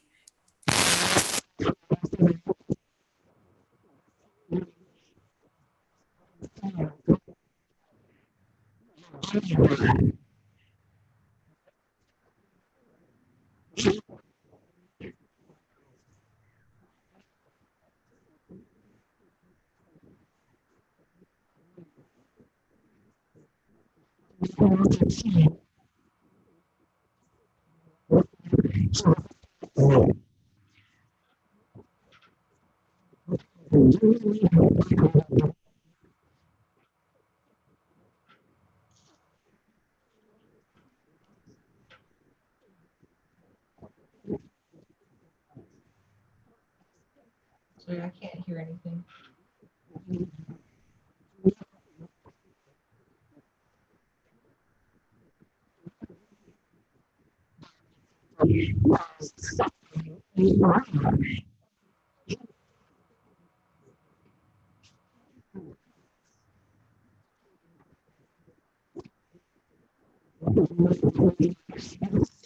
This is John. I agree with Bonnie. I can't hear anything but garbled noise. Try again, please.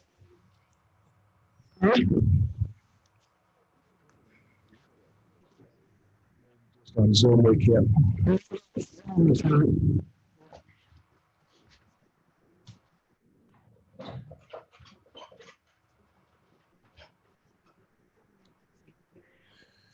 So listen, since I'm off-site, I don't really know what's going on there on stage.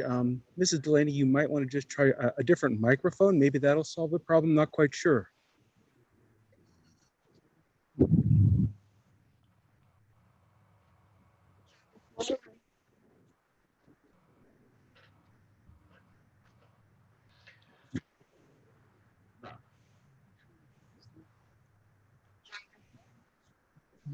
Nothing.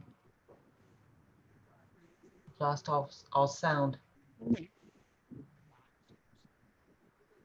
Bonnie, I agree. I can hear you quite clearly, but nothing else.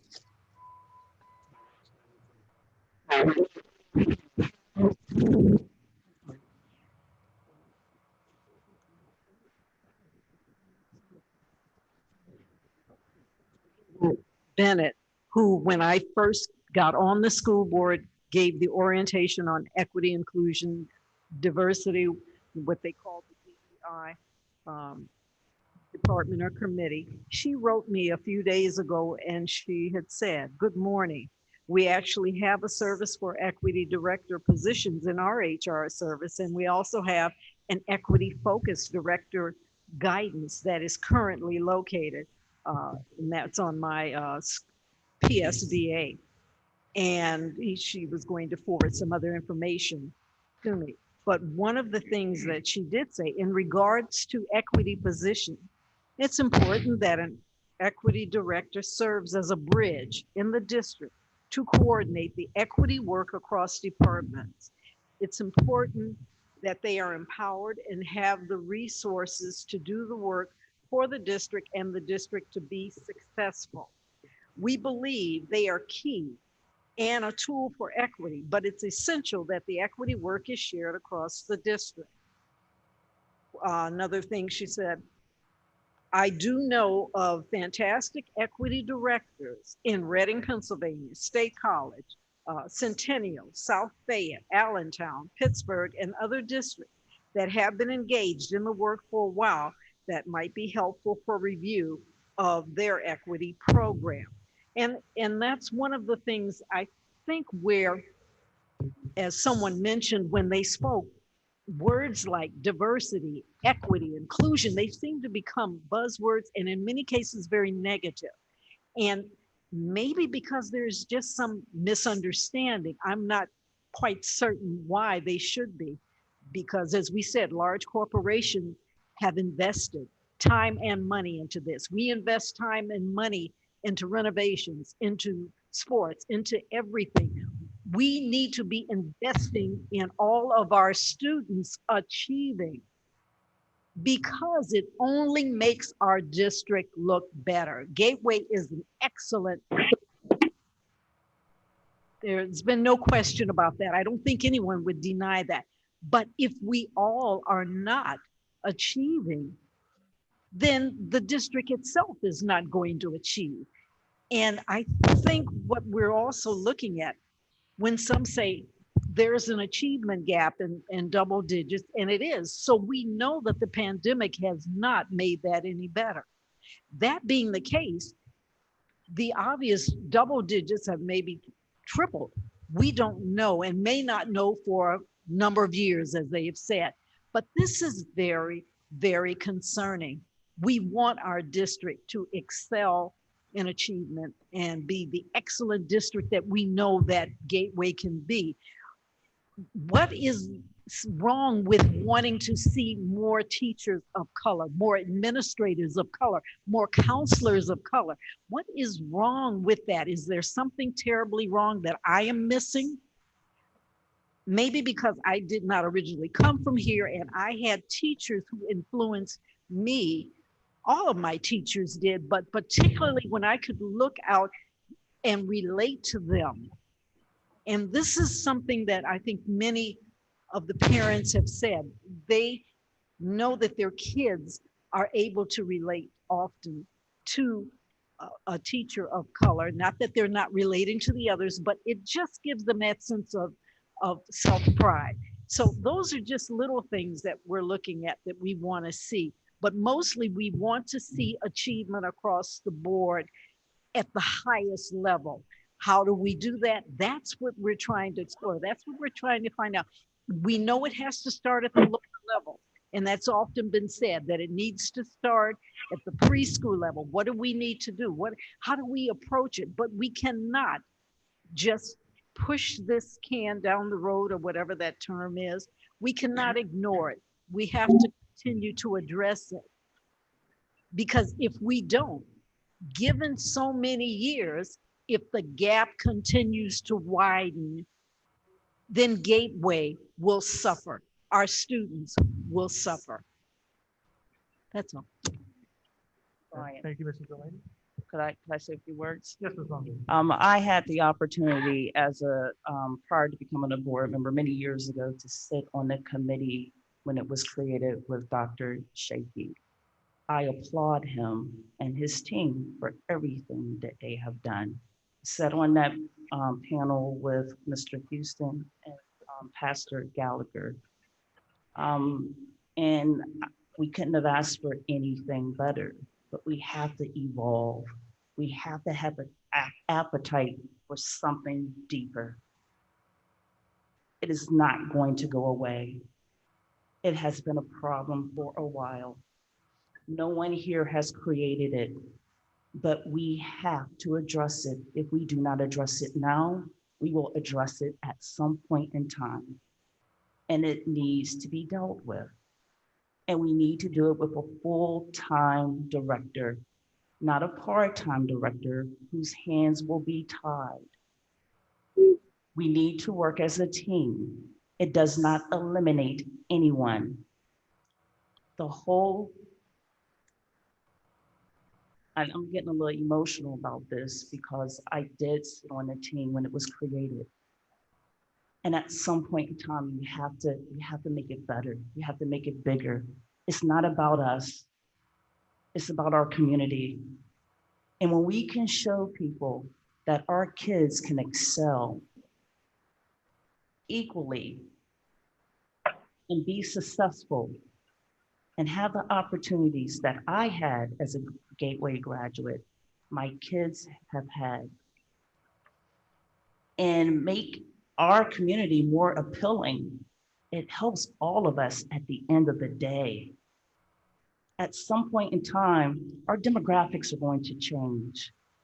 We want all of our kids to excel, because in 10 years, when our demographics change again, we want to know that our kids are going to make the marks that are needed and keep us one of those #1 schools that people are looking to be in. So why not address the issues now instead of waiting for it to get bigger? Thank you. Thank you. Mrs. Warning? Yes. Dr. Chakey, are you online? Yeah, I'm here. I had asked you to reach out to the IU. They have an equity director there. Were you able to follow up on that? Yeah, we met with the equity director from the IU, Michael Jones, a couple times now. And what he's doing now is he's actually putting together modules that center around diversity, equity, inclusion. It's going to be available to all the districts within our intermediate unit. And he's also willing to come out to the districts and offer a resource and support around some of the initiatives that we have. Would he be able to spend time here, or is it he split up from all, I know he's at the other schools, but is he able to dedicate time to Gateway?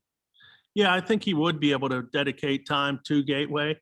I can't hold him to any specific time because, he's fairly new in the position as well. So right now he's kind of overwhelmed with putting together the modules to serve as some of the instructional aspect for the districts. Dr. Chakey, do you know how many equity directors there are in the area? I don't know. Okay, thank you. There's an ad on Indeed. Seneca Valley is currently looking for an Director of Diversity, Equity, and Inclusion. That's Seneca Valley School District. 8 days ago it was posted. It's going to happen. Yeah. Dr. Chakey, can you hear me? Yes, I can hear you. How many schools does the AIU work with? School districts? 42 school districts. 42 school districts. And out of that 42, he's going to have time to really devote, well, of course, you can't answer that, how much time he would be able to devote to Gateway. Because as you said, he's fairly new, he's putting together things, and he is working with 41 other school districts. Is that correct? Yeah, I can't comment on what he's going to do or how much time he's going to spend where.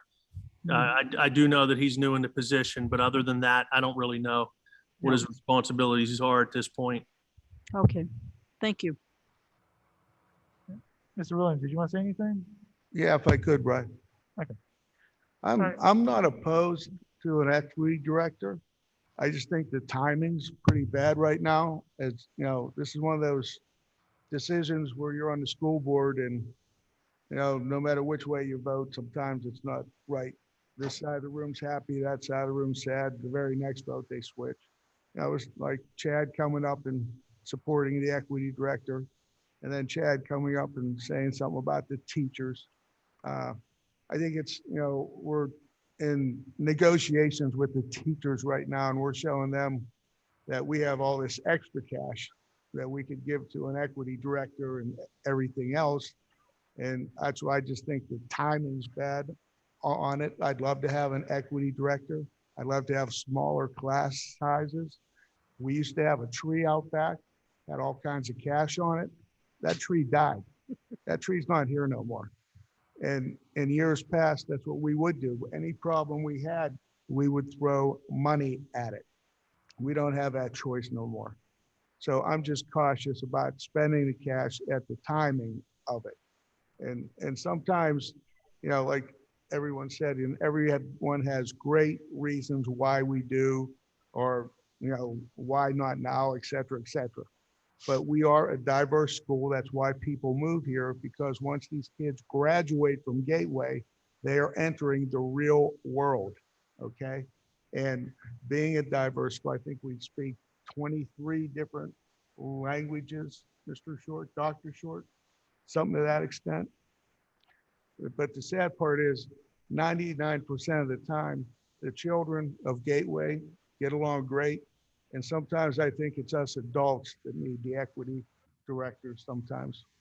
But that's why I voted no, and I just think it's bad timing. Thank you. And I'm going to piggyback off to Mr. Williams. I'm going to vote no, just because I think of the timing. I want to see what the staffing was going to propose, and that's mine. Okay, thank you, Mr. Williams and Mrs. Morning. I just want to give one final thought on this. If you want to wrap it up, can I just speak briefly? Sure. Yes. I hadn't planned on speaking. I knew this was going to be a long meeting. I just wanted to respond to a couple things. Yeah, Mr. Williams, I admire you and respect you for all the time you spent on the board, and I know that me and you can agree and disagree amicably, and sometimes agree less amicably somehow. I do have to just point out, I understand the idea of the timing, with the teacher strike being announced or potential teacher strike being announced. I don't like the idea of them using our students as leverage to get their way on a contract, and I'm sure it's not going to let them use it as leverage to pull back on a resolution that I think will benefit the district, the community, and every kid in it. I see any money we spend on a full-time equity director in this equity program as a long-term investment in the district and the community. And when it has the effect that we are shooting for, it makes the teachers better. It improves all of the test scores. It makes Gateway a better district, which makes kids and families want to move here, which increases our tax roll, which can increase teachers' pay. So in the long run, this is an investment. And I understand the idea of adding administration and spending money in the time of a contract negotiation. But we just passed $4 million in TURP. And nobody said a word. Not any of you, not anybody that wrote at home, not anybody that sent me an email. Nobody on this board. He's right. Not a single email, not a phone call. Nobody showed up in the audience. But when as soon as you bring up the word equity, all of a sudden, we don't have the money. Good. All right, so I just. That's not really a fair argument. Can you hear me? We can hear you. One is a budgetary position annually, and one is part of a construction project over a long term. It's not even apples to apples, Rick. The problem is, I'm not going to get into it because I talked about it a lot last week, but the problem is that you're doing something before our staffing and budget meeting, and it's against administration's recommendations at the moment, and the timing is bad. It's not that we may not ever have one or we all don't think we need one. We just question the timing before we even know our staffing needs, before we have our budget numbers, before we have administration's recommendations. And the other point I would like to make is that I did email the entire committee, and I forwarded you all the email and asking them if they felt that Dr. Chakey should be replaced and what deficiencies they saw in the program. And not one person emailed me back. I'm sorry, one person emailed me back with their feedback. And their feedback was that they agreed with Dr. Rossi that it was pretty much working appropriately. But I found it really odd that if there was such need for change, why nobody on the committee even bothered to answer my email. So that's all I have to say tonight. Thank you, Mrs. Cerucci. All right, so I want to give my final thought on this. Gateway School District has a lot to be proud for. And one of the things that we are very proud for is our mission for equity and inclusion. The pandemic has obviously ravaged everybody, and learning there is gonna be some learning loss from this year. And we want to do everything we can to make sure that we can recoup that as much and as quickly as possible. So should the equity director be one of those options that can help, we can do it. Now, my understanding with this motion is for those who are for the equity director, this is the first step in getting the ball rolling. Those who are against it, from understanding here, all this is doing is establishing the position. It is not at this exact moment filling the position, which means the money that is being utilized for it is not being spent. That happens if and when a person is brought forth in front of the board here for a vote to be hired. So if that person doesn't get hired, then that money will not be spent, and it'll go back to the district funds. So that is my final thought. If there are no further questions, I'd like to call for a roll call vote. Hey, Brian, this is John. Yes, John. Are you able to hear me okay? Yes. Listen, I'm pulling over. I'm on my way home from Slippery Rock right now. There was a big Whippeal track meet there, and this brought back some memories. I was with some Slippery Rock friends, about 1974, and it was blisteringly cold in Western Pennsylvania. We were driving just south of the Newcastle area, and we came upon a terrible, terrible car accident. One car was upside down. The other car was racing wildly. Somehow the two cars smashed together. It was a drunk driver, eventually found out. But I crawled, I ran to the car, crawled inside. There was a woman screaming, bleeding. I could see the white bone on her knee sticking out. Because I had a healthcare background from college, I gave her first aid. I put my hand on it, I calmed her down, had somebody call for assistance, and I tried to get the car turned off to keep it from exploding, et cetera, et cetera. Guess what? This was a Black woman. I didn't need equity training, which I've taken at least 10 times now, for me to lay my life down for somebody else. Now, my brother Joe spoke a few minutes ago, and do you remember 4 years ago we had this same discussion, and Joe stood up in the same auditorium. I was up on stage, and we said the same sort of thing. Joe went first, and I went second. People's skin doesn't matter. If your eye causes you to stumble over looking at somebody's skin or their height or their weight or their purse or whatever, tear your eye out and throw it away. Isn't that true? Isn't that who we should be, willing to lay our lives down for one another? Now, if that's true, with equity. If that's true, then how can equity training teach that? So that's the question that I have. That's the filter that I come at this. That's why I'm going to vote no, because I know there's a problem. I know there's hatred in the world over many, many things. But an equity director, an equity approach, equity laws, it won't outlaw hunger or hatred or racial bitterness or any of the other things that go to a heart of who wicked people are. So the question is, are we willing to go to the heart of the matter or not? I think we're not willing to.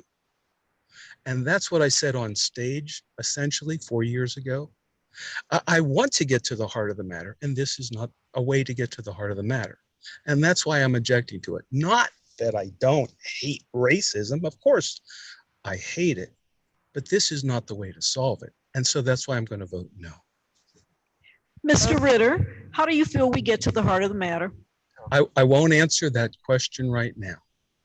Call the question. All right, we're gonna call the question, because I don't want to get off topic with this. So, Mrs. Isha, whenever you're ready for roll call, please. Sure. Mrs. Mungo, Yes. Mr. Ritter, No. Mrs. Warning, No. Mr. Williams, No. Mrs. Cerrucci, Mrs. Cerrucci. Is Mary Beth there? I'm here. I vote no. I'm sorry. Mrs. No. Mrs. Delaney, Yes. Mr. Gallagher, Yes. Mr. Gottman,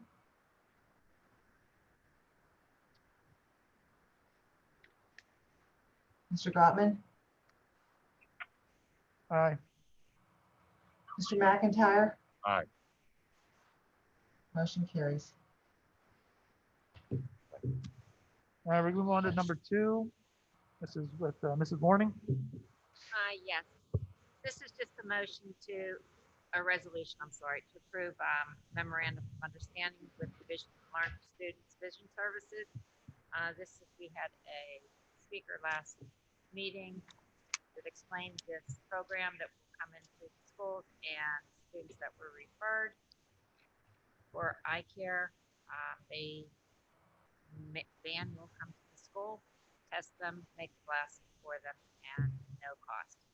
So I am requesting that to be approved. Is that a motion? That's a motion. Second. Thank you. Okay, motion by Mrs. Warning, second by Mr. Williams. Any questions or comments on number 2? All right, roll call, please. Mr. Ritter. John says aye. John says aye. Yes. Mrs. Warning, Aye. Mr. Williams, Aye. Mrs. Cerrucci, Mrs. Delaney, Aye. Mr. Gallagher, Aye. Mr. Gottman, Aye. Mr. McIntyre, Aye. Ms. Mungo. Ms. Mungo stepped away, but I believe the motion carried. She Said aye. Okay, thank you. Motion carries. All right. Well, all right, we're just going to do the superintendent report. Thank you, Mr. Gottman. First and foremost, to the families, students, residents of Monroeville and Picayune, I just ask for your patience and understanding as we work through the potential work stoppage from the GEA. Of course, it is never our hope that the education is halted for a work stoppage. And I can assure you that we are working behind the scenes to alleviate this issue. But I advise everyone to monitor their email, their constant contact information that will come out from the district in regards to the work stoppage if it does in fact happen. We will send out multiple communications beginning on Friday and throughout the weekend to advise and to ensure that all of our students and families are aware of the impact that would be caused by the shutdown and how this will operate. So I ask for your patience and please stay tuned. So I have for tonight. Thank you, Dr. Short. Do I have a motion for adjournment? Brian, before we adjourn, I hold would on. like to make a call executive session, please. Okay. All right, so we're gonna go into executives. Motion to move to executive. Hey, Brian. We have a motion made, Mr. Ritter. Okay, motion by Mr. McIntyre, second by Mr. Williams. All right, roll call. I guess we need roll call. No, you don't need a roll call. Who's No roll call? second? Mr. Williams. House. Okay. Thank you. All right, no roll call, so we're gonna go into executive where no other business will be voted upon, followed by adjournment.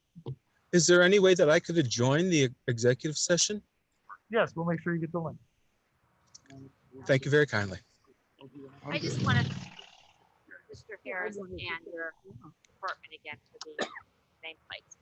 Thank you. Yes, thank you to you and the kids. Appreciate it. They're really nice. Thank you, Mr. Harris. I love it.